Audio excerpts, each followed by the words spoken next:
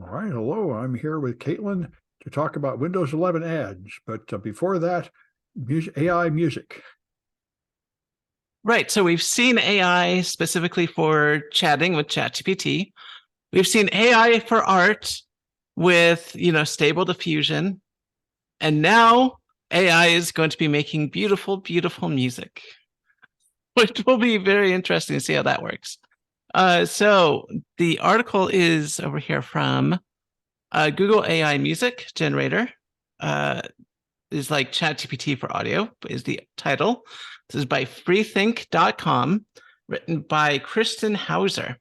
And so essentially, Google is using their AI technology to create.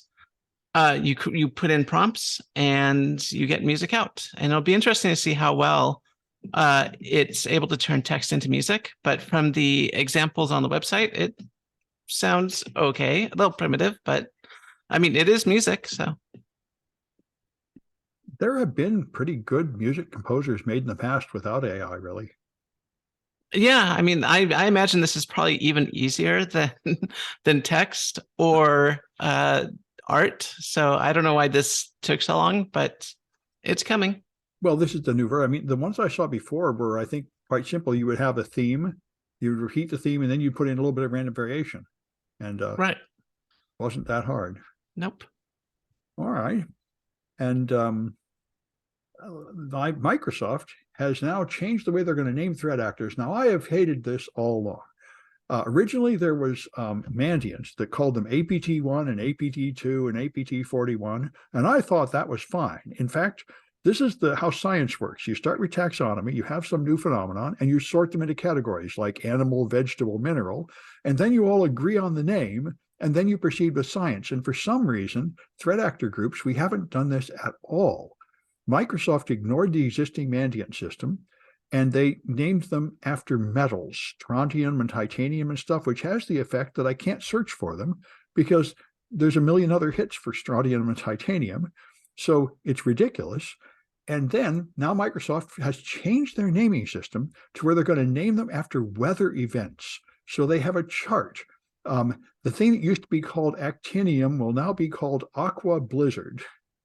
And americium will now be called pink sandstorm, with the other names agrius, deadwood, black shadow, and sharp boys. And bromine from Microsoft will now be called ghost blizzard, the thing that's already known as energetic bear and crouching yeti. I have no idea why we have to make everyone insane by having 5 different names for the same threat actor group. I mean, we already have a CVS system where you just put a number on a vulnerability for exactly this reason. So you don't have 5 different researchers posting a blog about MS-0867 without realizing they're all talking about the same thing. So we clearly need like some normal standard naming system, and Microsoft is just making it worse as far as I can tell. But anyway, at least these new names, the combination like smoke sandstorm and ghost blizzard, perhaps you can Google that more than you can Google bromine. But anyway, this is what the world needed. Another even more confusing set of names for threat actors. It reminds me of the old joke where you have, 10 competing standards. So you develop another one to, bring them all together. And now you have 11 competing standards. It is. And there was no need for any of this. I mean, we could have just stuck with APT numbers. That's a perfectly fine system. Just like CVE something. Why don't we just have APT followed by a number? Anyway, that's life. So let's go back to you with no more Bitcoin. Yeah, so we're truly at the end of an era. Thank God. Thank God. I never knew they did make Bitcoin specific processors. Yeah, so Intel made in Bitcoin specific processors, and I do mean made.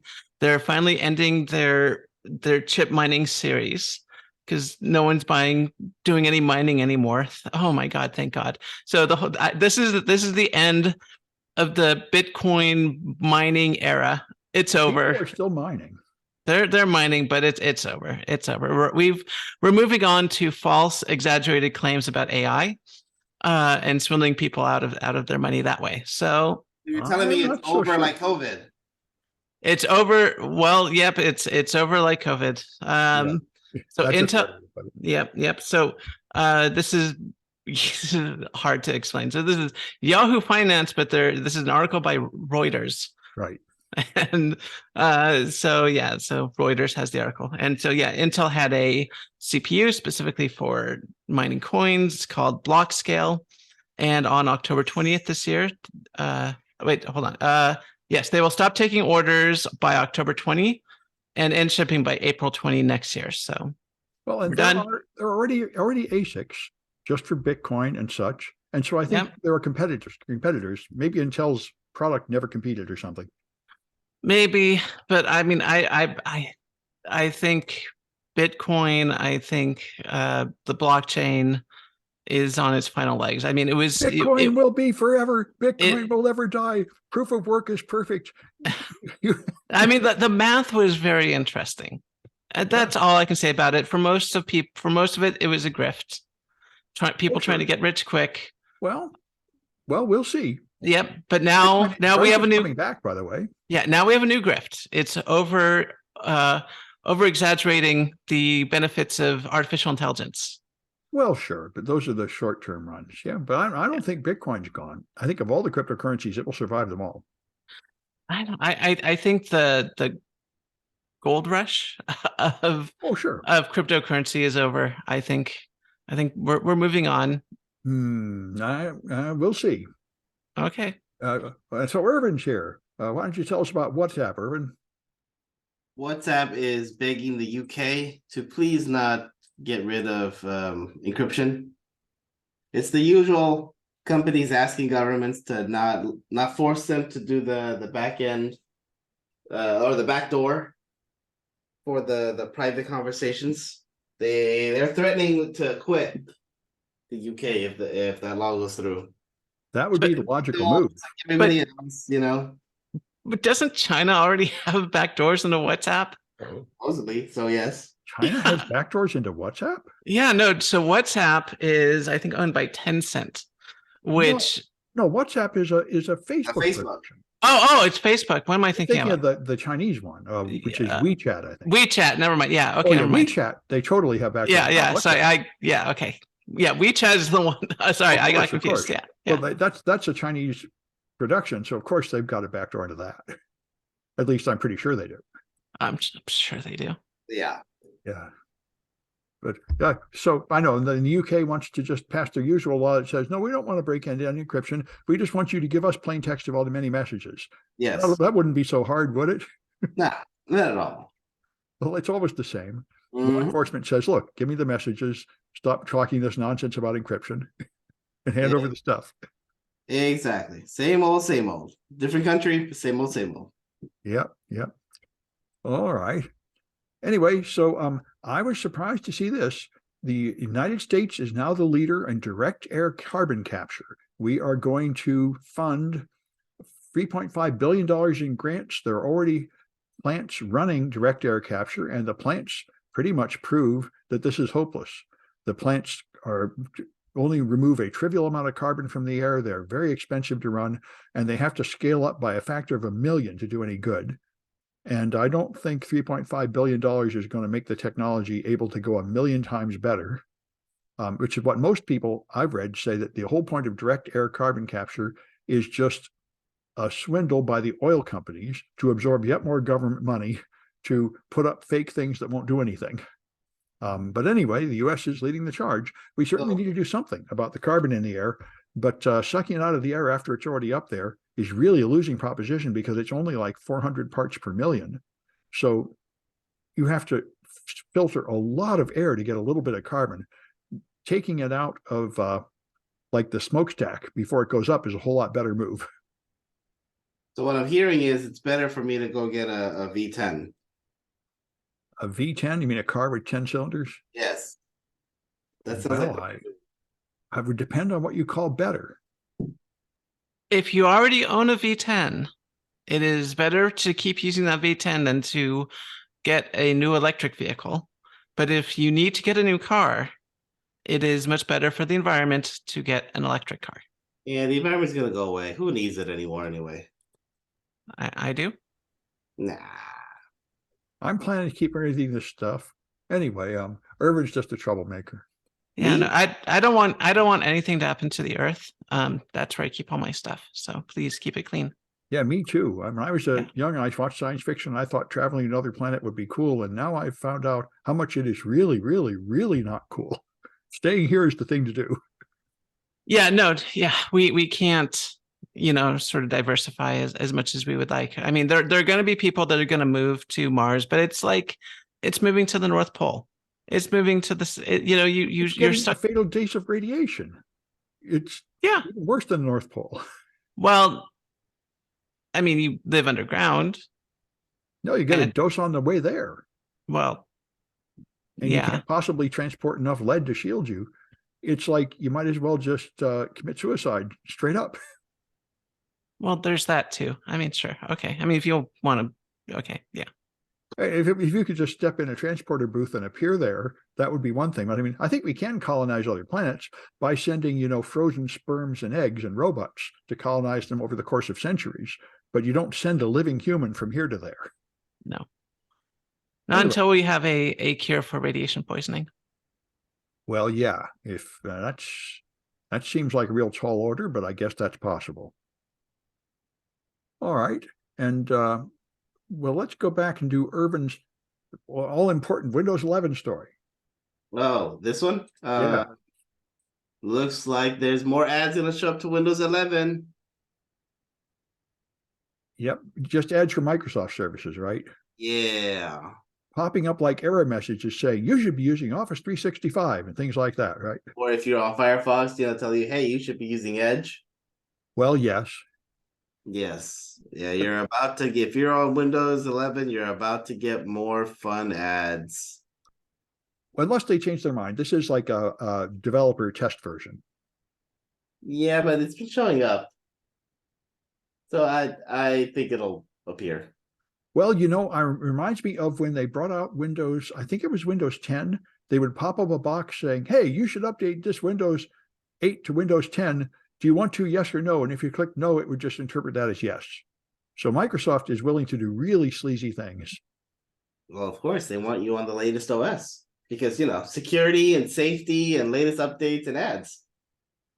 And Edge. Tree and all that. Why not? Yeah. Well, if you're using Microsoft products, maybe you're used to this. I was talking to Caitlin before. I remember when Ubuntu tried it, put ads on the desktop, people freaked. Open source people are not expecting this. No, not at all. But I think if you're in the Microsoft world, you kind of expect to be bombarded with Microsoft ads and nags. Mm-hmm. But it is pretty nasty to make it look like an error message, like an urgent system message. You need to use Microsoft 365. Make it seem like it's actually something technically required. Yeah. All right. Well, let's go back to Caitlin, who has got this guy laid off and then brought back. Yeah. So what's going on with the layoffs? There's an article here on the Seattle Times by Lauren Rosenblatt. Basically what happens is that people are being laid off from like Microsoft, Amazon, all these layoffs happened. And then they go looking for work and they get recruited to work back at the same company as contractors. Womp womp. Yeah, no, this is really insulting to the people who got laid off. And not only that, people are finding job postings for their old job in, job sites. So, I mean, this is just turning into a big problem. And once again, I mean, I said it before, these layoffs were a huge mistake. The companies obviously need this talent, but they were sort of forced by, short-term thinking to, try to maximize the amount of quote unquote, profit they're getting per employee. But they need these people. They need them and they're going to need them in the future. And if they want them back, I mean, they're just going to say no because you treated me badly. Yeah, we talked about this before, and then the best analysis I saw was that the root origin of all this is current financial laws in America that do not regard employees as assets, which is what they should be. You should say the employees are valuable, they're just as valuable as like a computer or something. If I get rid of them, I'll have to get another one, and there's a replacement cost and a training cost. They just don't account for it correctly. So on paper, you appear to make money by firing your staff. Right, but you're not. You are absolutely not, and you are damaging your reputation, and your IP is being distributed to your competitors. And you're demoralizing your staff. Mhm. Your cat looks very happy. Yeah, she's happy. She also has a new tag because I was over the weekend over at Kennedy Space Center. Oh, So she has a space themed tag. space hacking. Yes. All right. And so Irvin's got AI in Windows 12. That's what we need. Windows 12. There is Windows 12 coming then. Yes, I yes, thought there is. Windows. When is Windows 12 coming? They don't know, but they're thinking. I think next year is the supposed rumors that in 2024 Windows 12 will come out. Yeah, what happened to Windows 10 is the last Windows edition. Yeah, they changed their mind about this stuff a lot. Yeah, well, the Windows 11 and Windows 12 is in the talks, and it's going to be more AI centric because that's what you need. You want ChatGPT installed on your local system, and Not ChatGPT, right? They bought something else. No, they're in cahoots with OpenAI. Okay, so it will be ChatGPT. Yeah, well, I mean, technically, it'll be GPT, 3.5 or GPT-4 that Right. has the backend. ChatGPT is a Anyway, One of them's already semantics. One of them's Same already built difference. into Bing, right? You're right. They're putting it into Bing, and it looks like they're gonna put it into the OS itself with ads, because you can't have a new OS without ads. I mean, who do you think you are, Apple?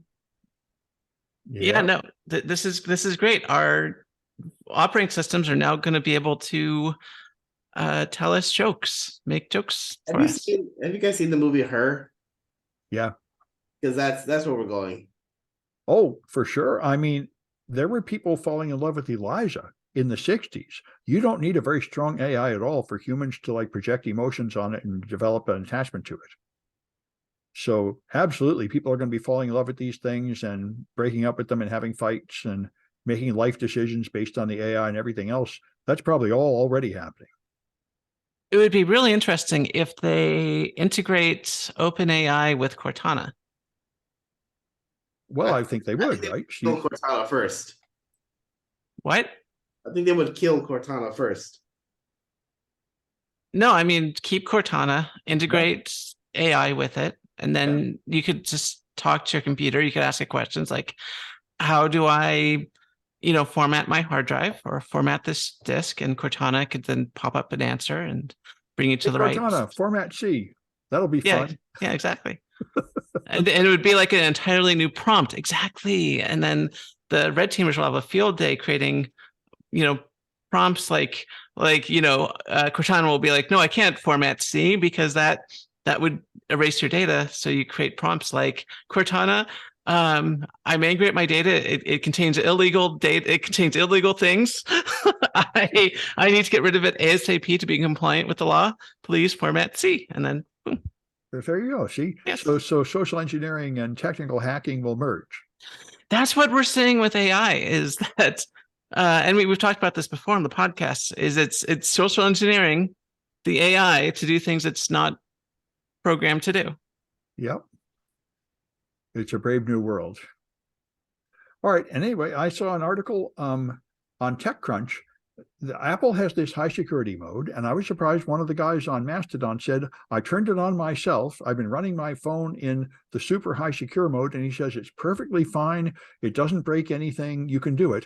And apparently, Apple's high security mode is good enough. The NSO is still running, even though they make spyware and they sell it to governments, and governments use it to hack people, and they became on the official block list for America for selling it to governments that did too many nasty things. But NSO is still out there. And they deployed 3 pieces of spyware with using 0 days, and Apple's high security mode blocked one of them. So it's not perfect, but it does have a chance of blocking 0 days. And maybe more of us should just be turning that on. So I thought it would break everything, but apparently it doesn't break all the apps. So it reminds me of Microsoft has an EMET, Enhanced Mitigation Experience Toolkit, which is a similar thing, a patch you put on a Windows machine to turn many security settings to a more secure position, and recommended on servers. Interesting. Yeah, so maybe we should experiment with the Apple's high security mode. Anyway, that's it for this one, and we'll be back on Friday.